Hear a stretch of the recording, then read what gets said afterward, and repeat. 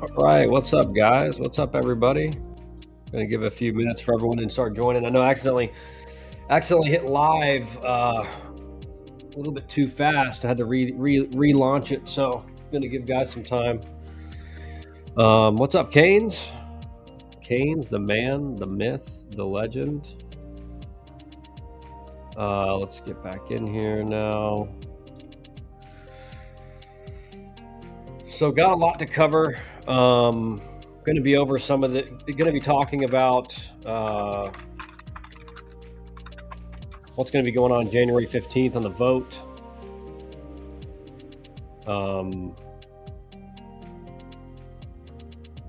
And again, we're going to talk about some more about some of the stuff that's coming out of ABCA. Again, there's just a lot of guys. You got to be. I mean, it's like anything in life, but you got to be careful the people you follow on social media, because I'm seeing so many guys who are probably well thought of and kind of respected in the college baseball and particularly the recruiting advising space, and they're just getting one thing after another totally wrong. And again, it's like, and my feeling is this, and I feel like my responsibility is like, I better be as close to 100% sure that what I'm saying is true. And that's why you guys always, on my YouTube comments, on everything, you guys see me. I'm pretty sure, like, guys will ask me, hey, does this apply to me? And I'm saying, the way I'm reading it, yes, but, check with your academic advisor or check with some kind of counselor at your school to make sure before you kind of rush into some kind of decision. And the same is true with a lot of the stuff coming out of ABCA with 38-man roster and all the other stuff that's coming out. People are tweeting about it, talking about it on social media like it's a done deal already. And it's obvious they just, they must not have a clue about how this process works and how these meetings at the ABCA, how they typically operate, and how they operate is that they're coming up with things as coaches and ideas as proposals, right? These are proposals.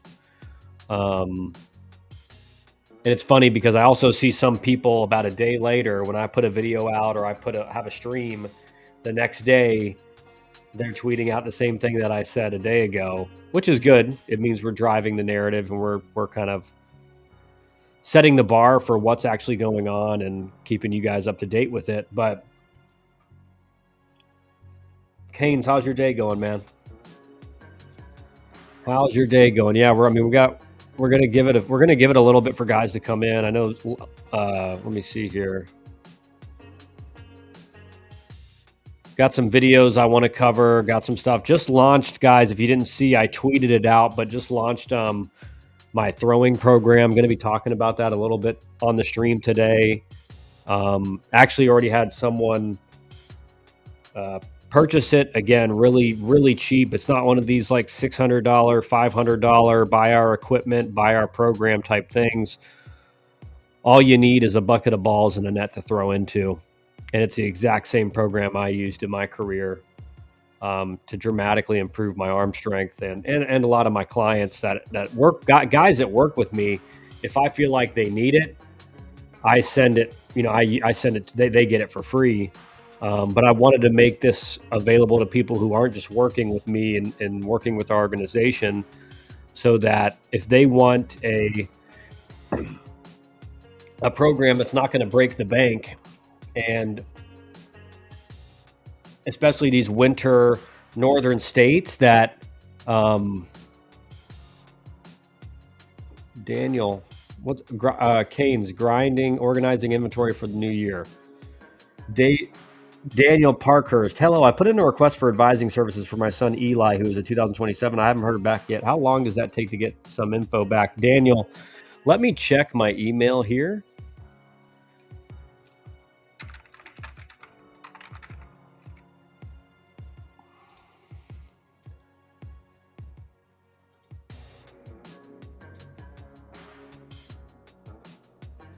All right, I see it right here.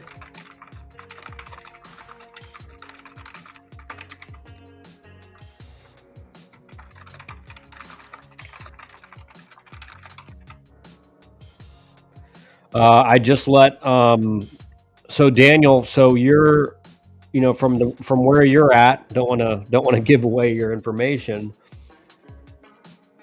Our thanks. It was while you guys were at ABCA. ABCA. Yep. I actually sent it to our director in that area. He really good advisor. Played highest levels of Division One. Ended up finishing his career at one of the best D2s in the country. Played professional baseball. Dad has coached at NC State, Oklahoma State, and I'm going to get one of them wrong, but 3 really good schools all across the country. And so really well-connected guy. I just sent him another email to reach out to you. So you should be hearing from him today, Daniel. If not, if you don't hear from him by the end of the day, just shoot me an email again and I'll meet with you and kind of get the process going. So don't worry, we'll get with you as soon as possible. But thanks for following up and letting me know. So yeah, we're gonna be talking a lot about this stuff again. Back to like kind of my arm program. I detailed in the thread, like, listen, I was a below average thrower my whole career. I mean, any scout in the Southeast that you talk to would say, that was their main concern with me was elite defender in center field, but wish the arm was better, right? Wish the arm was at least kind of league average, and I was at that around that 40 grade, meaning I was well below average thrower for a major league arm, and started doing this program and went from a 20 to a 60, meaning so I went from a well below average arm to an above average arm, a plus arm at the major league level. And me and Pat Pinkman yesterday were kind of talking about this a little bit, and how one of his views was kind of why there's so many arm injuries now are because, and I think he said it so eloquently, is, back in the day, the way you trained to throw hard was by throwing and throwing hard and doing that. There weren't all these different programs. And he was quick to say, listen, these programs can be really effective in gaining velocity, but it seems like there's something missing where you're not training the durability of your arm as well to throw. And that's something I recognized with this program, is because I dealt with elbow soreness my whole career. I mean, my elbow, there was tendonitis in here, and I knew my arm wasn't hurt. I had soreness, I had tendonitis, but there wasn't anything structurally wrong with it. Well, a week and a half, 2 weeks into doing this throwing program, my arm soreness completely disappeared, and it never came back.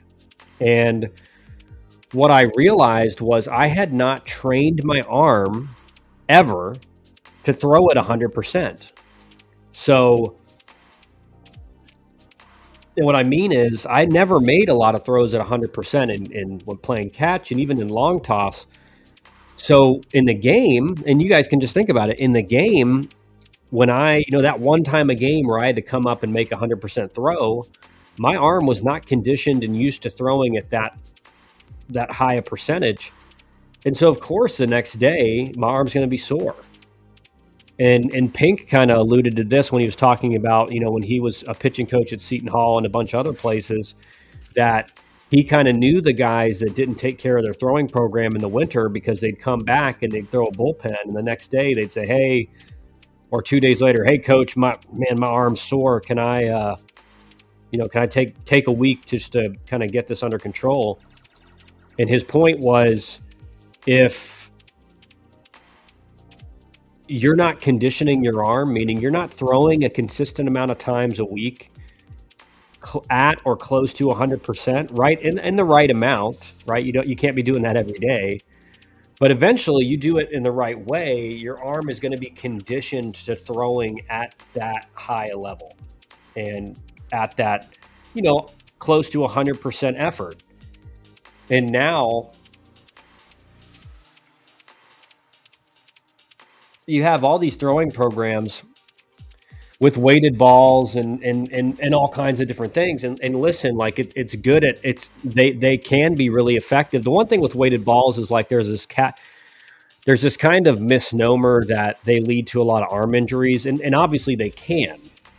And from the guys I know that are involved in that, it's basically, if you're not doing these weighted ball programs with correct form and correct effort level, they can lead to arm injuries. Because you think about it, I mean, you're throwing a heavier ball and you're not using the right form, and all of a sudden you're stressing that elbow more than you should be at a higher weight. And Pink said it best. He said that, man, that the UCL it's not made to absorb high velocity, especially if you don't have the surrounding muscles and tendons and ligaments all built up as well.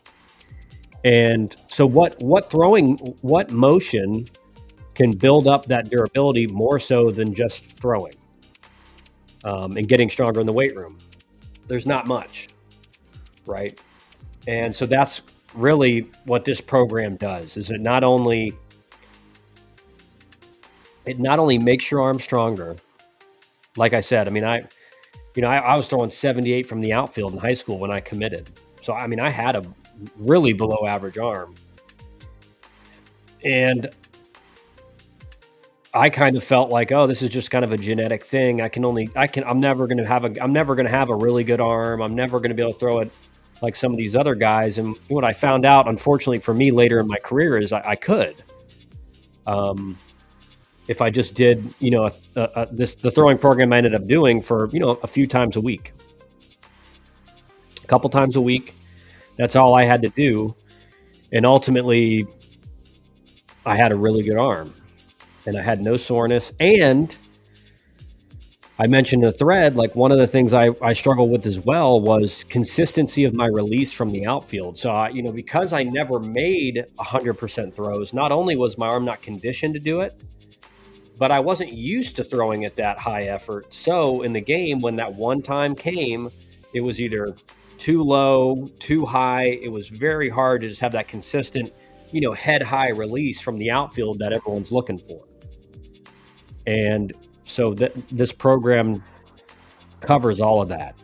It's not just about gaining velocity. You will gain velocity. I had one of my clients went from throwing, who's at Morehead State now, when he started working with me, Caden Ray,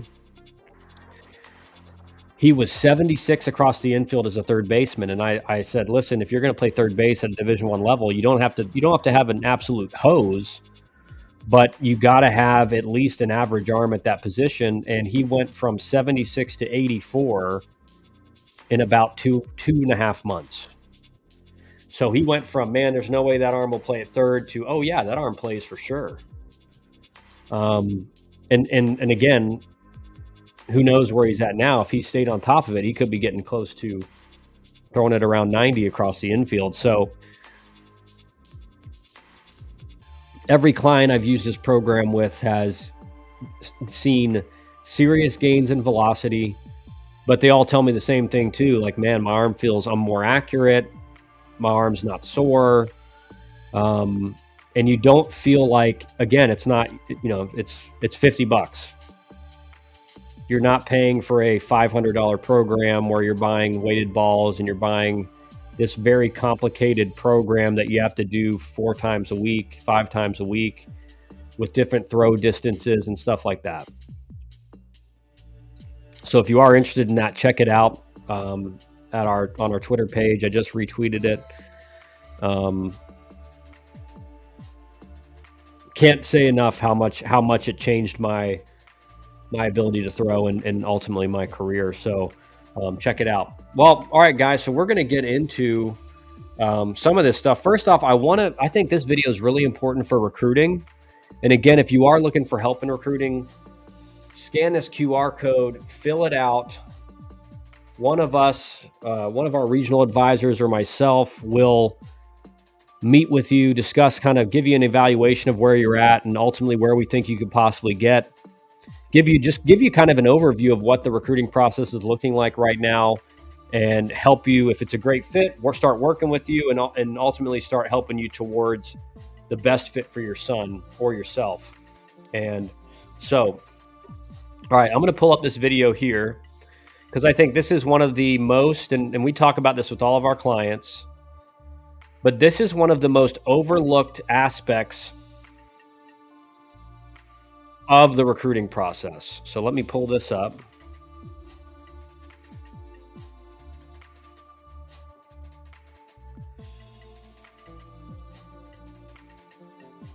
Let's make this a little bit bigger here. Okay.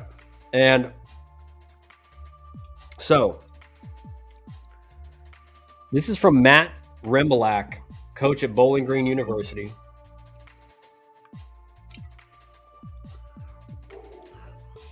Allen Towns, yes. We have 2 reps in the Southeast. Not only myself, but we have Wally Krancer, who covers Florida, Mississippi, and South Carolina. He's former coach at Georgia Tech, Purdue, Illinois State.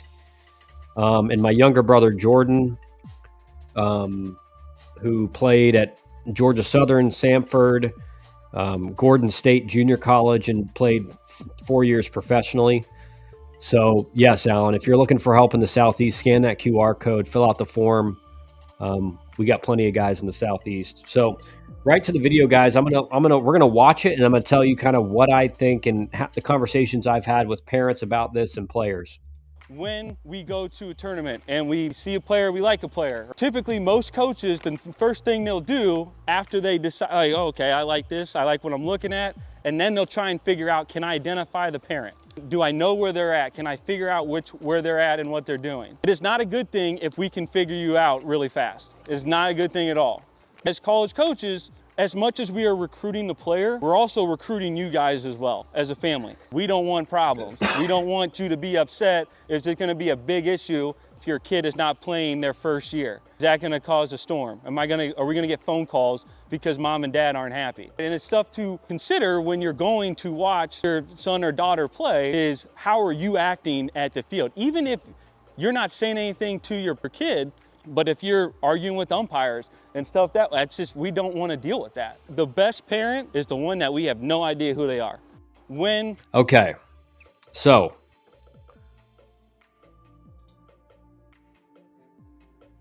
curious what you guys think.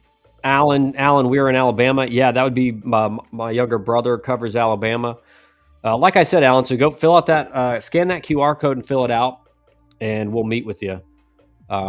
And talk about kind of what we do and how we can help and everything like that. So curious to think what you guys think about that video. Hopefully you could hear it. And this is something that gets so overlooked in college baseball recruiting is coaches are not only recruiting the player, they're also recruiting the parents. And what does Matt say here? The best parents, the ones that we're like, oh, this is a green flag, this ain't a red flag, are the parents who, when we're watching a kid play and we think, oh, this guy's, we like him, we want to get something, we want to get the process kind of going, start conversations. The best parents are the ones we have no idea who they are. They're not out screaming, being crazy, anything like that.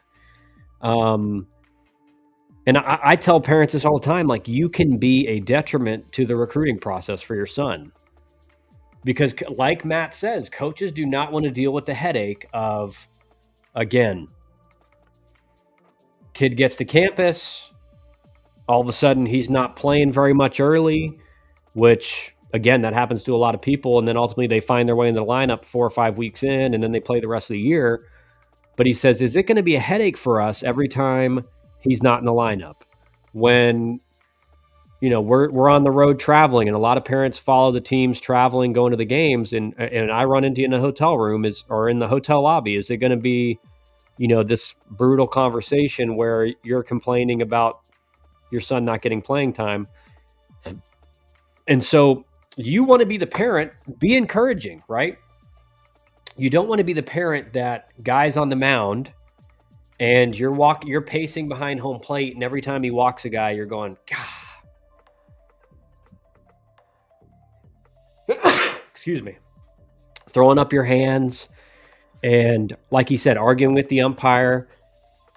Because here's what the coach is going to recognize. the coach is gonna recognize, and you know, I've been at games where I've seen this, where coaches are like, golly, I like this player, but I mean, dad seems a little crazy, right? Dad seems like he's going to be a lot. And remember, you're not the only guy at that position being recruited by that school. Typically, they're going to have 5, 6 other guys on their board that they're looking at in that position. And ultimately, if all things are equal, but one parent just seems like he's going to be great to deal with, awesome guy, doesn't act like he knows everything. And then this other parent is always pacing behind home plate, throwing up his hands when his son walks the guy, or yelling. I mean, I've seen parents just yelling at their kids and stuff. And coaches are going to be like, dude, I don't even want to touch this. I don't even want to touch this. And again, maybe the higher level the talent, the higher rank the player, you're willing to deal with more. But if your son's just kind of your run-of-the-mill guy, like I was at the Division I level, coming in as a recruit, they're not going to want to deal with the headache. And a lot of kids don't even know that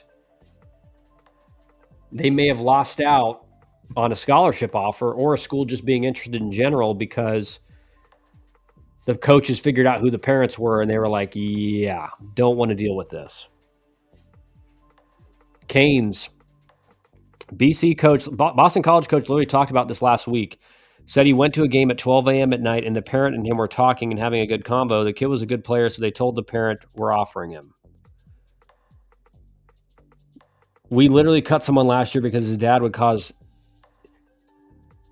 storms in our Facebook group about the team, and at the field he would cause scenes as well. Yeah, I mean, that's that. Like, the thing is, that sounds like a very rare scenario, Canes, but it's not. Right? It's actually way more common than you would think.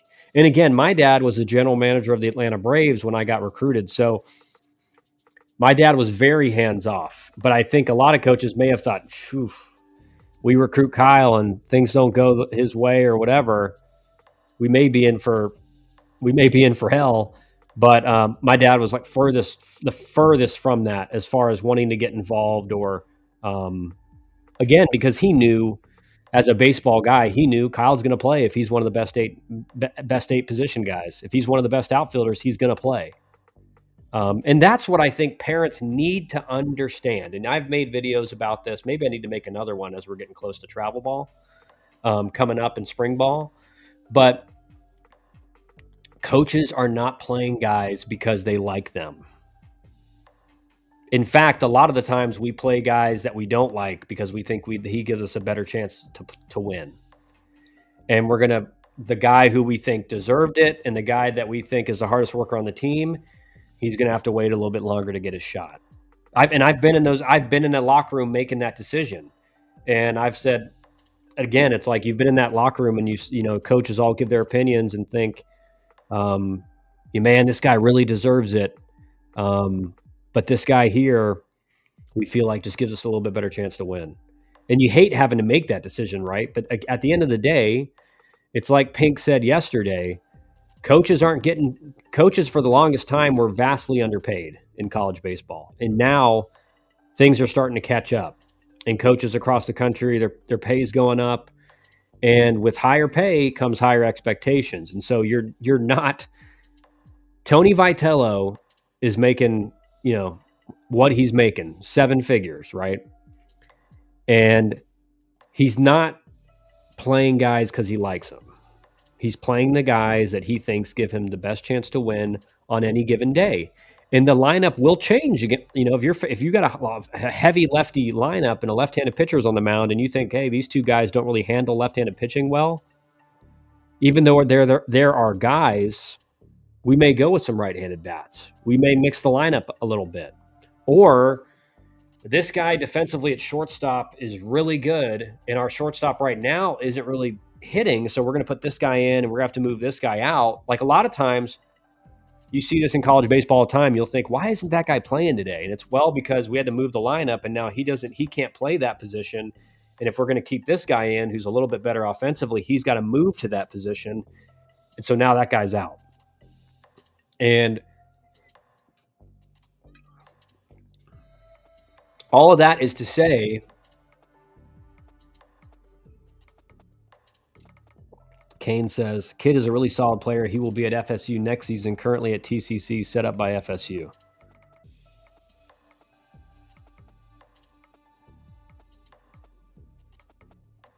Travel ball. You've already forgot about high school season. Well, you know what I mean, Canes. I mean, will there be more coaches out watching high school games? Probably. It's certainly not going to be anything like it is in travel ball, right? But it is going to be more. It is going to be more because of these, especially the big programs. You know, they got a player development guy. They got the full-time paid third assistant. They have a lot more coaches now on the field than ever before, and so they can afford to have a guy go watch a high school game, especially if a good arm's throwing. The tough thing with recruiting hitters in high school is you just never know the quality of arm you're going to see. So if you go see a guy you like, but the guy that's pitching is throwing 75 miles an hour, you can see the swing, you can like the swing, you can like the approach, but you're at the end of the day, you're not sure. Again, swing works against 75, got a good approach against 75, but is it still going to hold up against? And again, in travel ball, you're not really getting an exact 1-to-1 ratio of the stuff they're going to be facing at the college level, but it's certainly better. And so you can make a lot easier decisions looking at that stuff in the travel ball season. Canes, I'm just waiting for my high school to hire the head coach at Stoneman Douglas. Our coach is retiring soon. He's been our coach for 30 years. Well, good luck with that one, Canes. Good luck. I was watching the D1 baseball podcast a little bit this morning, and this kind of gets to the parent thing again. But, Mike Rooney was saying, and obviously we were there at the ABCA as well, but Mike Rooney and I forget the other guy who was kind of hosting it. But they were saying, like, the one thing that surprised them in the coaches meeting when they were coming up with all the proposals was just how worried everybody was about getting sued, right? And that's the other aspect of this, is if they feel like, man, this parent seems like he's kind of crazy, he's way too invested in his son's career, kind of living vicariously through his son and taking everything way too serious. That's ultimately on the mind too, is like, is this parent, if he doesn't get playing time and maybe he gets cut, or are we going to get sued because the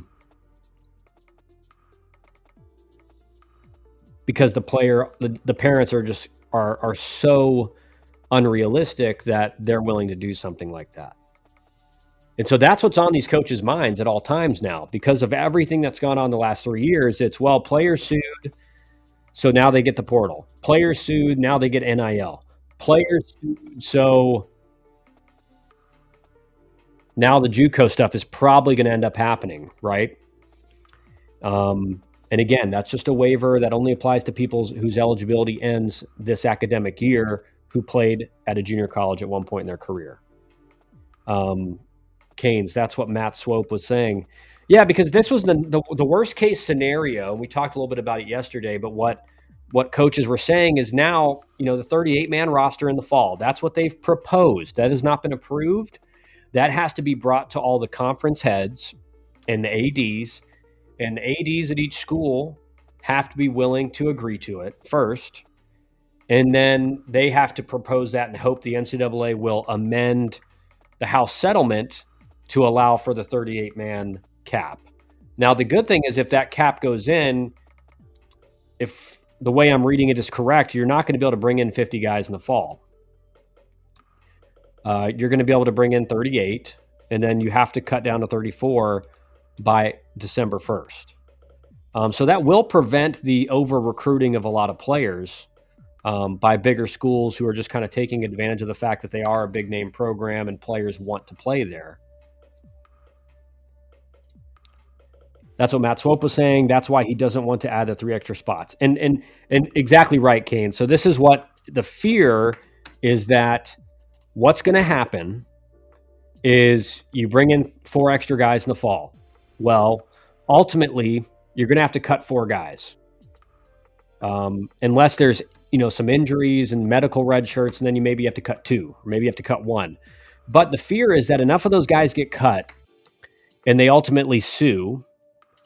And then the NCAA, which is kind of exactly how all these other things I've talked about has come to pass, will basically grant these guys the right, a blanket coverage for any player that goes and that gets, maybe you have to get cut, which is probably what they should do. But they may give everyone blanket coverage to, if you go in the transfer portal in the winter, you can transfer straight to a Division I program and be eligible, which right now you can't, right? You leave a D1 program in the winter transfer time, you cannot go to another D1 and be eligible to play. Well, what would happen then, and you guys have heard me say this, but what would happen then is that not only would guys that get cut be going in the portal, but there would be some guys, let's say a kid at a mid-major, and D1 baseball's gone in there and talked to the coaches and talked about, man, this guy looked great. Coaches are saying he's going to be in the middle of the lineup. They think he's got a chance to be a stud. And all of a sudden, guy starts getting whispers on social media that if he goes in the portal, and this school will have NIL money, or this school will have a bigger scholarship for him and some NIL. And so then all of a sudden you're going to have guys leaving schools having not even played for them yet and going in the portal and upgrading to another school, or not even upgrading, just going to another Power 4 school that's going to pay them more. And that's the thing the coaches do not want at all. And that's, like you said, Swope against that. I would guess from my conversations with Butch Thompson, he would be against that at Auburn. Because again, you guys have to think about it like this. Think about a coach's year and how busy they are. So all spring, from when they get back to campus in January, they're doing individuals, then into full practice, then into the season until end of May. NCAA tournament starts near the end of May, beginning of June, and they're playing as long as they can, and then ultimately they go out immediately. They're already, even if they're still playing, they're recruiting the portal, and then ultimately they finish up. They're recruiting the portal. They're recruiting high school players until, let's say, the end of the summer, right? With portal, they're still recruiting high school guys at that point, year round. Then they go into the fall. Then they have fall workouts. And then they have fall individuals, then full fall practice. And so that's until usually the first week in November, especially for the Southeast schools. Everyone's schedule is a little bit different, but generally it's about that.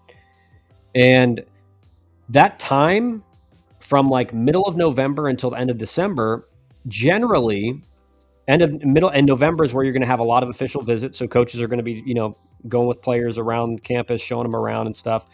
So really until Thanksgiving, and from Thanksgiving until the new year, that's like the one time of the year where coaches, they don't have practice. They're done a lot earlier. They're not nearly as much workload on them. They can see their kids, can see their family a lot more.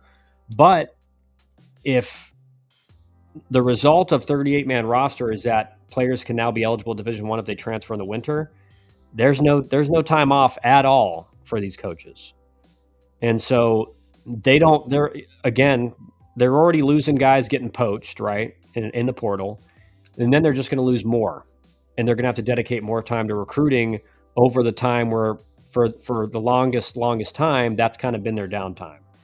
So it would ultimately be a nightmare for most coaches. And that's why there was a large minority of coaches that were totally against the 38-man, because they felt like, all right, it's 4 extra guys.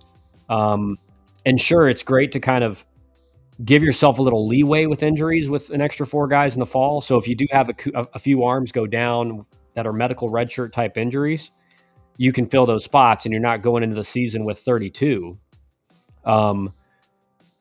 But the downside, a lot of these coaches felt was worse than the benefit in kind of what I just described. Canes, I think only the mid majors and lower levels would be in favor for this. In favor for what, Canes? For the extra 38 spot, or for the 38 man roster in the fall, or the winter transfer period where guys can be D1 eligible? And yeah, I mean, because Canes, I think I know where you're getting at with this, and this is the other thing.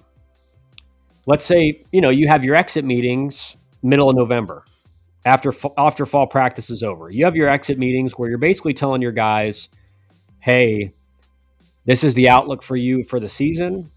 Like I remember my freshman fall, it was like, "Hey, you've had a really good fall. Right now, like, we think you're gonna be playing in the outfield." It wasn't a guarantee of anything, but basically, I knew I had put myself in a really good spot to have a chance to start as a freshman, and I didn't know I was going to be starting until I walked in first game and saw the lineup, right? But the guys that are told, "Hey, right now, like you're behind a few guys, you're probably not going to be playing." Well, if you can transfer and be D1 eligible, now those guys might hit the portal. So think about this: if the winter transfer portal period, all of a sudden you got 38 guys, you cut down to 34, and then guys go in the portal, and now you're at 29 because 5 guys left in the portal because 1, they thought they're not going to play, or 2, they think they can upgrade. Well, now you got to be really active in the portal because you got to get to 34. You don't want to start the year with less than 34. So it just becomes a nightmare. It just becomes a nightmare recruiting wise. Because again, the NCAA has shown that basically if enough people sue, we'll just kind of roll over and let it happen. And that was Coach's biggest fear of going to 38. It's like now who knows what's going to happen because of this. The 38 spots, the winter portal should be a no-no. Everyone's roster would be free game. Yeah, I mean, it's just knowing how all these other things have gone, it would just become another free agency period before the season. And then it would create a nightmare because then listen, you've been told at your exit meeting that you're going to be starting in left field or right field, or like I was told, hey, you've put yourself in a really good position to be playing as a freshman day one. Well, then your school goes and gets a proven guy out of the portal in the winter, and he plays your position. Do you think that player's parents are going to sue and going to be upset? Probably, because the player was told, hey, you've done a really good job, you're going to have a chance to play, and then all of a sudden, boom, spot's taken. So to me, I think the chances of that, I mean, if the NCAA has any kind of forward thinking at all, which who knows, to me, it would create so many issues to go allow the winter portal period to have no penalties for D1 transfers. It would be the biggest mistake ever. Canes, you would also give the players more leverage to ask for more money. No, thank you. Keep the game the way it is. Yeah. It's like, hey, this school is giving me this, so up my scholarship, up my NIL. This school's told, or I've been told I'll get this if I go in the portal. This is development league, not where you make your big bucks. Well, I mean, Canes, you say that now, but I was talking to a lot of coaches, a lot of current coaches and a couple of former coaches at really big programs, and they told me, I said, when do you think you see the first $1 million NIL deal in baseball? And my thought was maybe 5 years from now, maybe. I had multiple guys tell me in a year or two, a couple years. That's how close we are. So as that money keeps getting bigger and bigger and bigger, if the best guy right now is getting 300, generally speaking, give or take 100,000. Well, in 2 years, if the best guy is getting $1 million, that means your run-of-the-mill NIL guy is getting 150 or 100, and maybe even more than that. Maybe it's 200, 250. I know a guy, a pitcher who just mediocre stats across the board in the ACC. Ended up transferring, high 80s, right-handed pitcher, 5 ERA, through strikes, definitely like a third starter max on a really good team, probably even less than that. 50,000 in NIL money. 50,000. So that's the market right now. In 2 years, if the best guy is getting $1 million, that guy probably gets over 100. And your really good players that are like proven studs are getting 300-400. So Canes, we're getting close to the point where a lot of these guys are going to be making what used to be like big league, major league minimum, around $500,000. And again, it's like if that happens, you're going to have so many players sticking around in college baseball. Like, again, if the NCAA, like they've said in their statements recently, if their goal is, hey, we're going to allow guys to play 5 years instead of 4, then why would you leave in the draft in like the 15th round for $100,000 if you're getting paid $300,000 to play college baseball and you got 2 more years of eligibility? Let's say a guy is a junior or a third year is what junior, that's going to change if you have 5 years eligibility. Let's say a guy's in his third year, really good player, all conference in the SEC, and he's getting 250. And he gets drafted, but like signing bonus is not going to be nearly that. And he knows I can go in the portal and probably get 300, or I can stay here and maybe upgrade to 300 or stay at 250 for 2 more years. Just think about that. Why would you leave? Why would you go chase your dream in Major League Baseball? I mean, that was the reason everyone would sign as a junior in college, is because if you stayed for your senior year, the likelihood that you were going to get more money than your junior year was virtually zero. There were some outliers, but because, well, what are you going to, a Major League team would say, well, where are you going to go? You have no more years of eligibility. So take what we give you and sign and chase your dream. So no one would ever advise someone when I was playing to stay for their senior year, because 99% of the time you were not going to get more money as a senior unless you just became all world. James Ramsey at Georgia Tech is one of those kind of outliers. He was a really good player, got drafted as a junior, and ultimately did really well in the Cape and got offered a lot of money, even though he was drafted later in the draft, I think 22nd round. So, I mean, wouldn't even have been drafted in these rounds. Probably would have, but, signability and stuff, everything like that. And then ultimately went back for his senior year, was all world, and signed in the first round. That was the extreme outlier situation. A guy like me, I go back, I have no leverage, I'm getting less money. Zach, welcome to the chat, man. 100%. Yeah. Players have no leverage. Exactly. Yep. But now you have so much leverage as an NIL guy now if you're draft eligible, because you can say, well, I'm getting paid this much. So if you can't match that or close to it or beat it, I'll stay at LSU and make a lot of money, or I'll stay at Texas A&M and make a lot of money, or et cetera. And actually have a kind of some inside info on the whole Texas A&M coaching search and why Michael Early was ended up getting that job. And I think if you guys remember, when everything went down with Coach Schloss and the staff at A&M when he took the Texas job, everyone assumed that A&M was going to try to make a massive splash and go after a big-time coach, right? Sign him to a big deal, because A&M, Schloss had, rightfully so, had done such a great job there, had really just turned A&M, who was always a good program and a top 25 program, into kind of one of the best in the country. And a lot of people were surprised, not the fact that they went with Michael Early, because he was a good coach, right? Anyone that knows him speaks very highly of him as a coach. But what you see in college baseball now is these big programs, they want a proven head coach. They're kind of moving away, even though, like, think about Tony Vitello at Tennessee, right?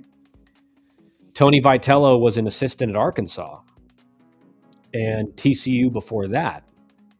And, a Dave Van Horn acolyte, and had actually coached for Slosh at TCU.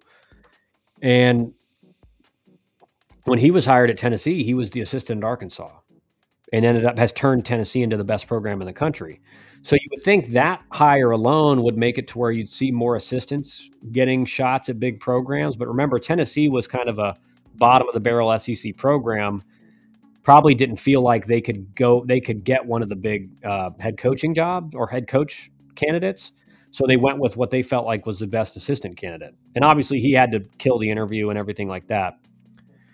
But players now have so much power with the portal and NIL. Think about this, guys.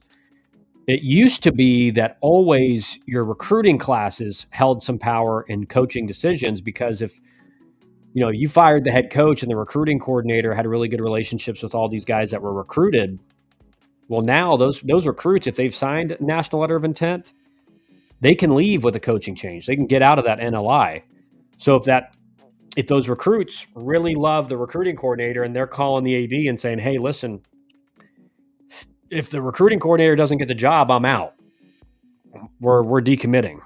We're getting out of our NLI. Seems like that was kind of the scenario at A&M. A lot of those players voiced a lot of support for Michael Early. If you guys remember, a lot of the players like Jace Lavalette and some of the other big players had all gone in the portal after after Slosh had taken the Texas job.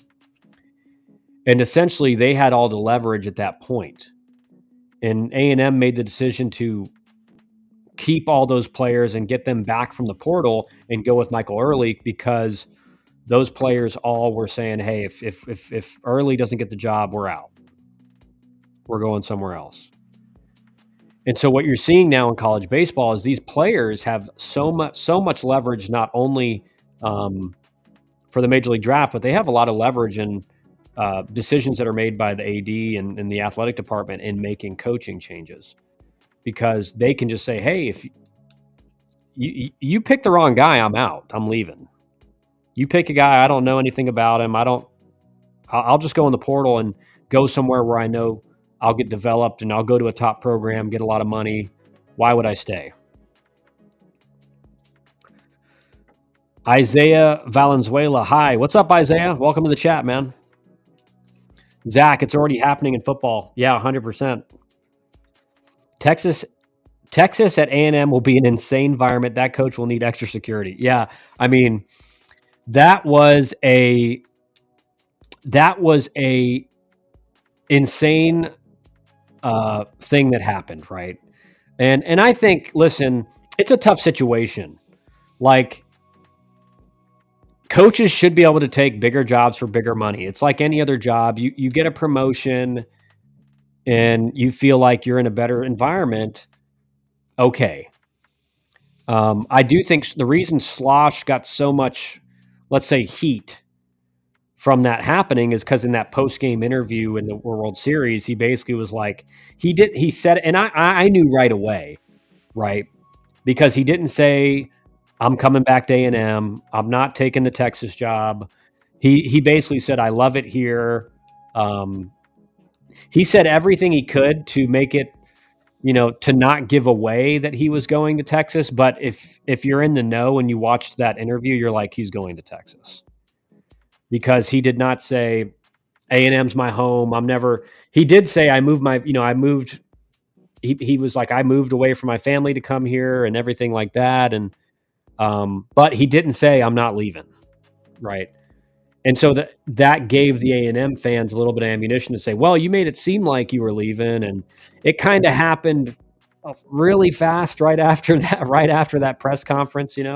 I think he had flown to Austin like the next day or next couple of days, and the announcement was made. So it was kind of just like, and again, like, a lot of people were like, well, why didn't he just wait a few weeks and stuff? Well, it's because in the recruiting environment now, if you're coming out of the College World Series at the, in July, you're behind the 8 ball in recruiting, especially if you're going to a new program, because now, portal guys are already committed.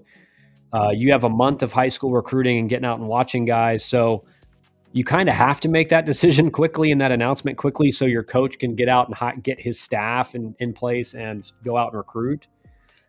But it was just, yeah, I mean, Zach, it was just a nightmare scenario, the timing of everything. And I do agree that A&M, Zach, do you know if A&M's playing at Texas or if Texas is playing at A&M? Because I think you're right. If Texas is playing at A&M, I think Schloss will have security around him anytime he's not at the field, and even when he's at the field, because that was maybe the most dramatic breakup for a coach from the school he was coaching at to go into. That was the most dramatic coaching change, coaching hire, maybe in history. With social media and everything like that, it was just, it was a firestorm. BA, welcome back to the chat, man. Happy New Year, Kyle. Can you explain briefly what NIL is? So name, image, likeness, BA. So basically now athletes have the right to make money off their name / image or / likeness. So if a college baseball game comes out and they use your name and image and likeness in the game, you get paid for it. And you can make money. So for the longest time, as a college athlete, you could not make money off your name. And basically the argument was the colleges are selling all these jerseys, the colleges are selling all this merchandise, basically off the backs and the success of the players, and the players aren't getting any of it. Well, that wasn't true. The players were getting scholarships, right? And they were getting meal plans. And you think about some of these schools they were going to, they were essentially getting $100,000 a year of benefits in scholarship and housing and food, merchandise and equipment and stuff. So it's not like they weren't ever getting paid, but you know what I mean. This just gave athletes the right to make money off of themselves. So if a restaurant wants to put you in an ad, or they want to say, hey, it's Kyle Wren night at Chili's, and you come in, you get 20% off nachos, and you can hang out with Kyle and he'll sign autographs, and they pay me $5,000 for it. It's not a legal violation. Whereas 10 years ago, or really 4 years ago, that would have been a violation. And that would have been enough to get me basically banned from playing college sports. So that's, in a nutshell, that's what it is. Zach, Texas at A&M. Oh my God. It had to be, right? It had to be. Yeah, that is going to be, what's the date, Zach? Get me the dates too, because we're going to have to cover that when hopefully it's like their first series in SEC play. At the beginning when everyone, because who knows, like what if at the end of the year, if like one of them's not very good, then you're like, it's not a big deal. But at the beginning of the SEC, anybody can win it. Everyone's season is just starting.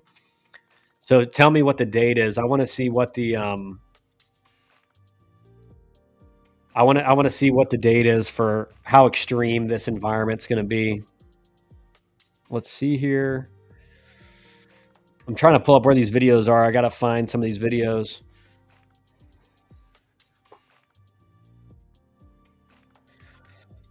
Switching over to my personal account. I think I marked them on here.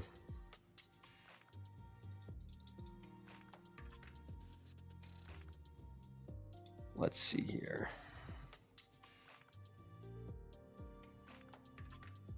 All right. So this isn't a video I got coming out tonight or later today. And I think if you're a hitter or a pitcher, and you guys have heard me talk about how it's one thing to be have a really good swing or really good pitches and really good mechanics and just really good velocity, et cetera. You know what I mean? The metrics are all there. But what is the reason why some pitchers have a lot of success with really good stuff, and some guys have really good stuff and they're terrible? Or some guys have really good swings and they're terrible, and some guys have like not great swings like myself and are really successful. Well, it's kind of the chess game and how you think about the game, and it's something that's literally never talked about anymore. I mean, this is just never talked about in baseball. It's never talked about in development. Guys have, when I talk to guys about this, they have no idea what I'm talking. It's like I'm talking a different language. And before we get into it, Zach, never mind. It's in Austin. I lied. April 25th, 27th. Well, it's still going to be packed, right? April 25th. Okay. So it's going to be like near the end of the SEC schedule, like probably 3 weekends before the tournament. Yeah, I mean, if it was an A&M, I mean, man, that would have been insane. But still, there's going to be a lot of A&M fans making the trip to Austin and hoping for the sweep and hoping for the. They're going to be talking a lot of this. The what is it? The 10th man. The 10th man is going to be next level at University of Texas. That will be the series to watch that weekend. No matter what's going on, no matter how good either team is, that will be the series to watch. So let me pull this up, guys. This video again. I have a video coming out covering this. So this is Barry Bonds and Greg Maddux going over an at bat between the two of them, and kind of what their thought process is. And I'm going to tell you guys kind of why they're thinking the way they think, what makes them elite, really, chess players of the game of baseball, and why Barry Bonds was as good as he was. Everyone thinks, well, Barry Bonds took steroids. It's like, yeah, sure. But there were plenty of guys that were like probably over 50% of players in this era were juiced. But none of them were doing the things that Barry Bonds was doing. None of them. And this is why. So let's get in. Let's watch it. And I want to hear what your guys' thoughts are. 98. I can't remember. I'm 60 years old. I can't remember back that far. Barry looks pretty good for 60, right? Yeah, this is when he was good. And here comes Barry Bonds. So, I mean, first inning, it's kind of too early to pitch around somebody. So Greg Maddux, first inning, I got one out. I'm not pitching around anybody. Like, we're going to go right. If he hits a solo shot, he hits a solo shot. I'm not pitching around him yet. Try to get him out. Well, Bonds chased that first pitch. So first pitch, 92, inside corner. Ooh, jams him. What was that? 92. Pretty good cutter that beat him. I'm feeling okay about throwing that pitch. So this is how most hitters would think. And I talked to hitters about this, and they're like, what do you mean? Why would I think? Like, they don't even think like this, right? This is how I would think at the plate. And Greg Maddux says, I'm feeling pretty good about throwing that pitch again because I beat him in. But listen to what goes on next. So he's going to try to float a changeup or some of that little floater away. Because he thinks I'm going to speed up because they jammed me. The cutter beat him, so I thought he would speed up. I threw a changeup, and he spit up. Okay. So what a really advanced hitter would think, and kind of what Barry says here, and Barry knows he's facing an elite thinker on the mound as well. So he's not going to, Greg Maddux is not going to think like even an advanced pitcher on the mound. Most pitchers would see, okay, I just beat him in. He hasn't shown he can hit that, so I'm going to go in again.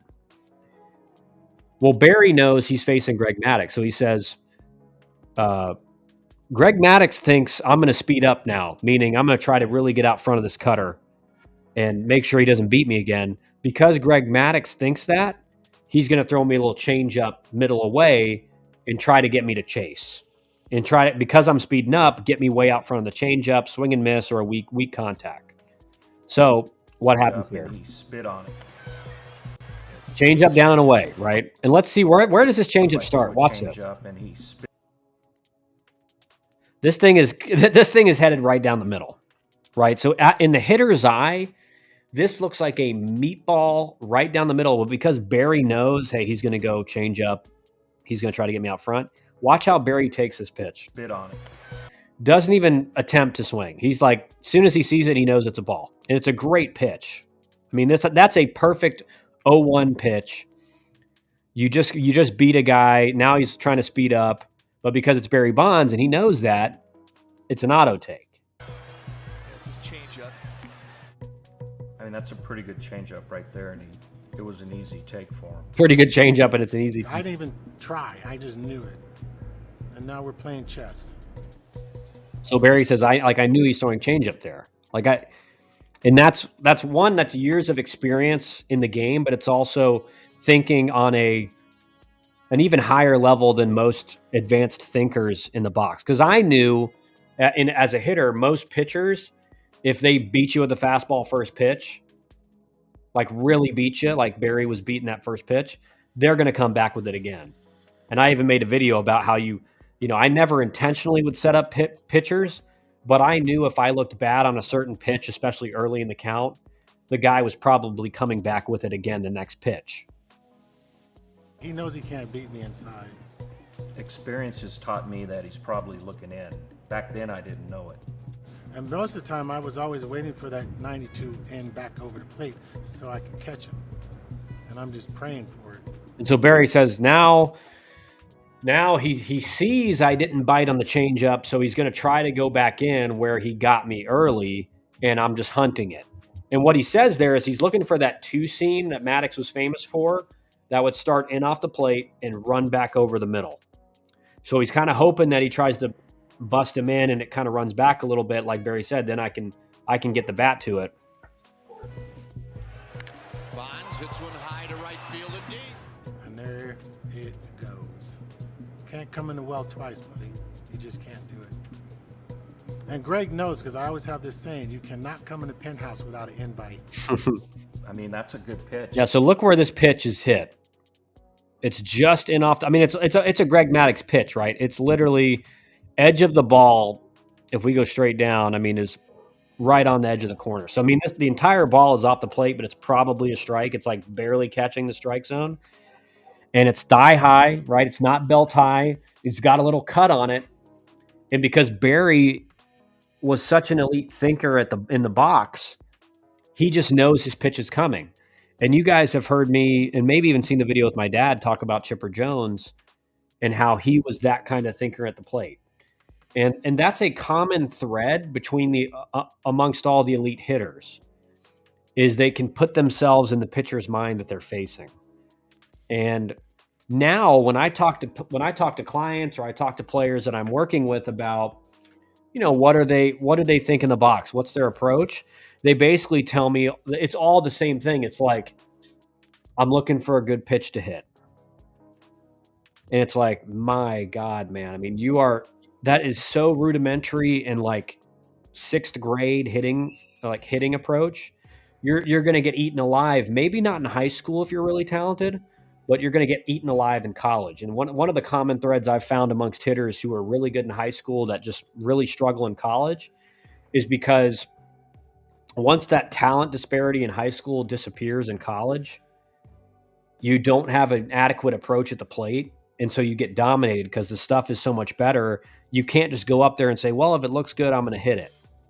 Because guys can change speed. The velocity is too high now. You can't just be up there looking for everything. Steve Springer, one of my favorite kind of mental guys in baseball, says it like this, and it's beautiful. If you're up there looking for everything, you're going to hit nothing. And so one of the reasons Barry was Barry Bonds is not, the steroids help him, sure. But no steroids, this guy's still one of the best. Believe it or not, game. It's an executed pitch, but obviously it's the wrong pitch to throw. And right there is another thing I never hear pitchers say. And sorry for the pitchers in the chat right now. But what I always hear pitchers say is, man, I made a really good pitch. He just got me. He got me. And what Greg Maddox says is it's an executed pitch, but it's the wrong pitch. Meaning I was trying to hit just in off the plate. I executed, but to that hitter, to Barry Bonds, that's a bad pitch. That's what he's looking for. That's where he's good. And so it's not about, and pitching is not about just executing your pitches. It's about executing the right pitches in the right time.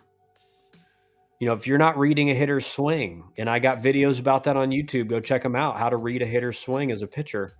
A hitter's swing will tell you what he can hit, what he can handle, and what he's going to struggle with. You got a guy who's kind of steep Middle up, I mean, he's going to crush that. Middle down, the further down you get, that steep swing, he's going to he's either going to hit it straight in the ground or he's going to pop it up. And a guy who's got more vertical bat and he's got that kind of dumps his barrel a little bit, don't throw him down and away. Don't throw him down and in because that's his honey hole. But if you can throw him consistently top of the zone, that's why when the whole launch angle phenomenon happened, every pitcher started throwing four seams at the top of the zone because everybody was trying to get down here and create better launch. And so pitchers immediately knew, well, if you're going down here, it's going to be tough for you to cover that top of the zone. And so you watch, and then, if you're pitching and you're watching, does this guy have plate coverage? If I throw it on the outer third, does he look like he can even get his bat to it? Does he have the plate coverage to cover the outside corner? So if you just watch the game as a hitter and as a pitcher, you're going to pick up things. Like one of the things I always hated when I'm in the dugout coaching at Georgia Tech and our bullpen guys are still in the dugout. They're not down in the bullpen yet. And they're not locked in on the guys that are hitting so that they can read swings. Hey, you know what? If you're a pitcher and you're in college baseball and you're watching this and you're a bullpen guy, get a notepad or a little notebook, write down the lineup for the opposing team, and take notes. Hey, looked bad on sliders down and away. Struggle with velocity up. Weak contact on this. Steep swing, attack the bottom of the zone. Long kind of vertical bat, attack top of the zone. Like every pitchers can gain, like pitching, you have such an advantage over the hitter. And I would always see the bullpen guys just down there like, having fun, right? Nothing wrong with that, but just not paying attention to the game. When we're hitting, hang out with your buddies, talk, root for our guys. When the other team's hitting, dude, get information on their hitters so that when let's say you're in the bullpen, you come in, you've got notes on this guy. You say you're coming in, you look at your notepad one last time. All right, the next three hitters for this inning, I got this guy, this guy, this guy. Okay, I got notes on him, notes on him, notes on him. You walk in there, and the pitching coach calls something. Now, usually a pitching coach is going to be pretty good at picking that stuff up, but some aren't. And you have a guy in a good situation, and he calls the exact opposite of what you have written down. Maybe you shake, right? Hey, I don't want to throw that. Or maybe you communicate with the catcher some way, and you can figure out a way to throw the pitch you want to throw, and then boom, you get him out. And then when you go into the dugout, you have that conversation with the pitching coach. You say, listen, I got notes on him right here. And what I was seeing was this. A pitching coach may get a little bit upset with you for shaking him off, but if you have information and you show, hey, I was paying attention. And he just struggled with those sliders down and away. I didn't want to bust him in because I think he's, that's his strength. If we go down and away slider, I think he's out. And then you ultimately get him out. A pitching coach is going to be like, dude, they're going to be no coach is going to be upset with you when you're like that. You have that much information and you're that detail oriented because they're going to think, man, this guy's really prepared. Right. And so you can learn so much. You guys at home know your velocities, your spin rates, and you've basically been told if your velocity's this and your spin rate's this, you're going to have success. And that's not the case.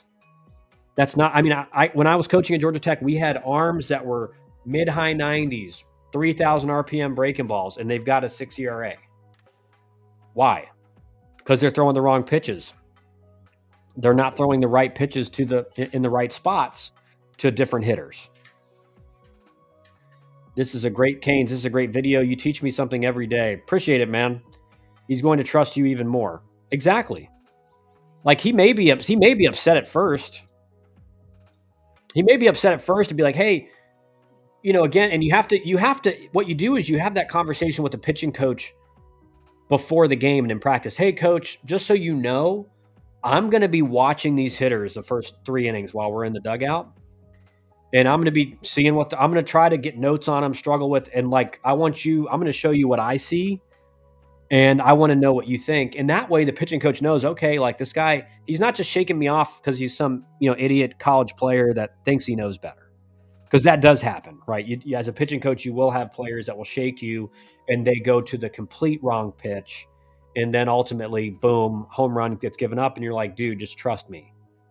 But if he knows you're making decisions based on what you're seeing in the game, way more likely to trust you in the future and way more likely to start having those conversations with you in the game and pregame about the things you're seeing.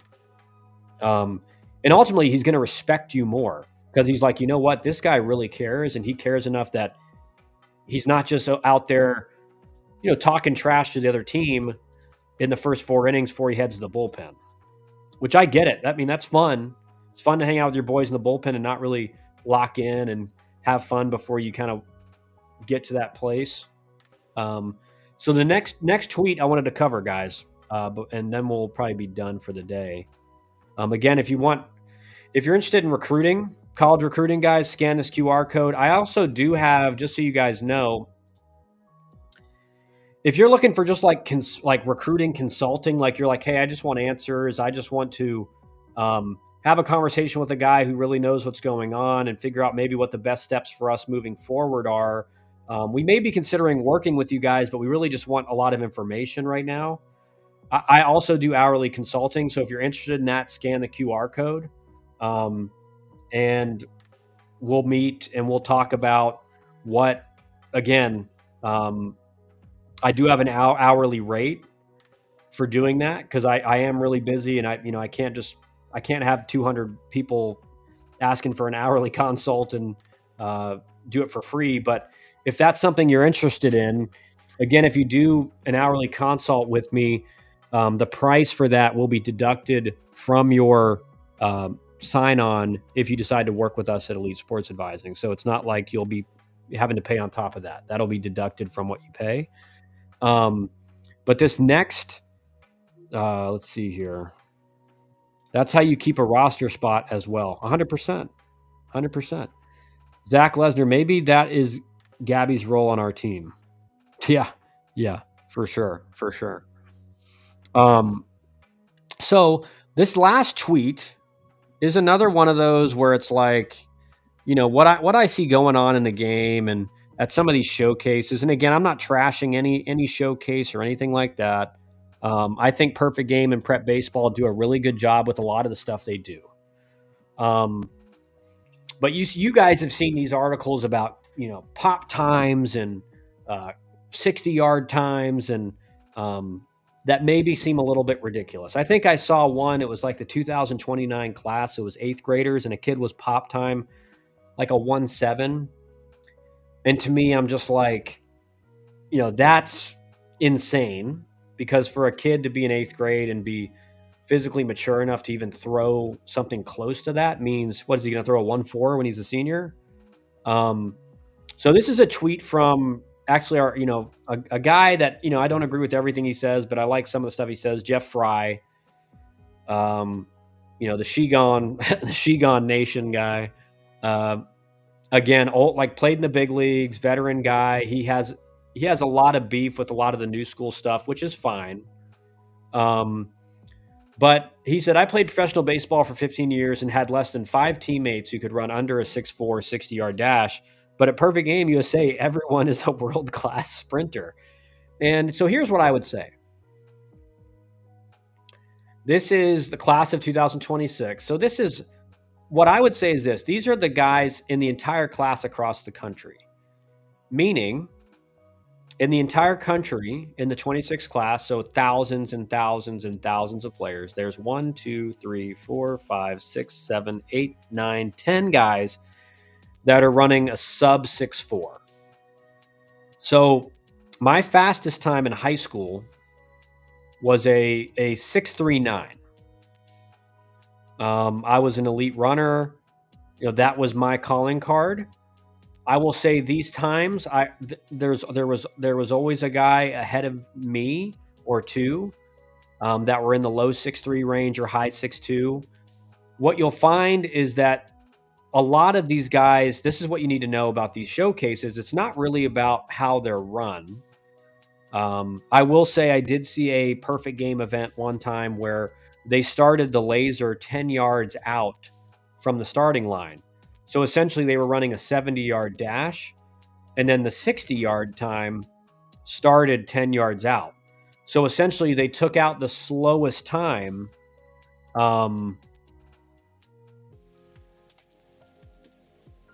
They took out the slowest time of the 60, which is the acceleration portion, that first 10 yards where you're not at top speed. But a lot of these guys, they're in shorts, they're in track spikes. So, and that's the difference between a 6.25 and a 6.35, or a 6.25 and a 6.32. You know, that's 7/10 of a second, which is like that. And so most of these guys in game with spikes on are going to be around a 6.4, 6.5 range, right? With baseball spikes on grass. Like a lot of this is also on turf.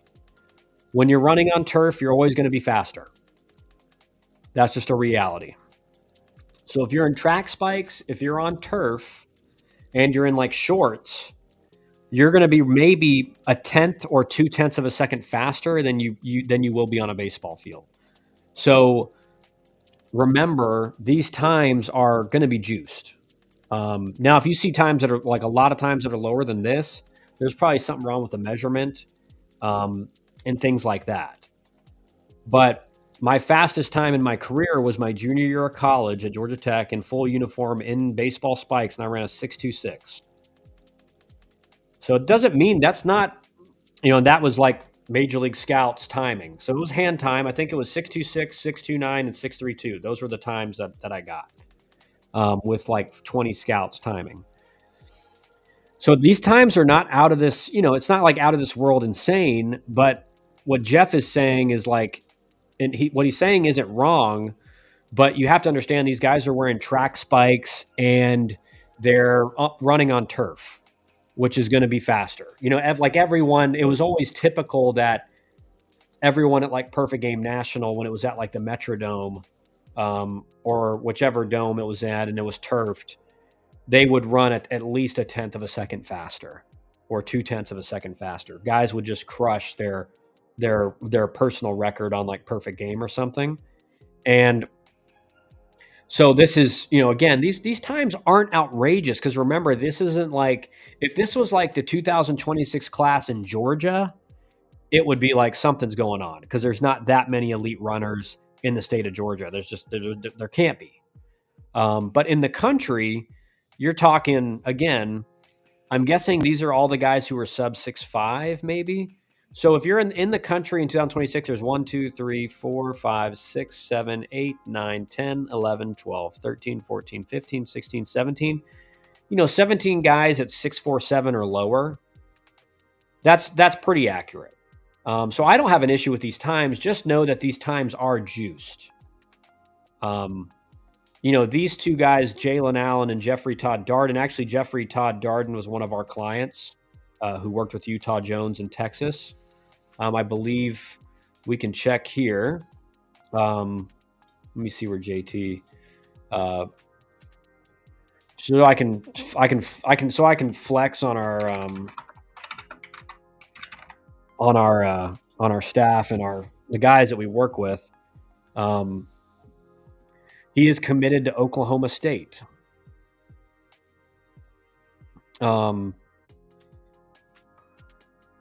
Again, a stud athlete. I mean, can fly, big time tools. I'll shout out Utah Jones here. Utah Jones is special talent, 5'2" guy that will be dynamic in the lineup, big time get by the pokes. Congrats, JT. So this guy was one of our clients. I mean, legit player. And again, just, highly talented kid. Canes, I also can see why we were recruiting Todd Darden, Zach Lesnar. Well, you should have reached out to me earlier, Canes.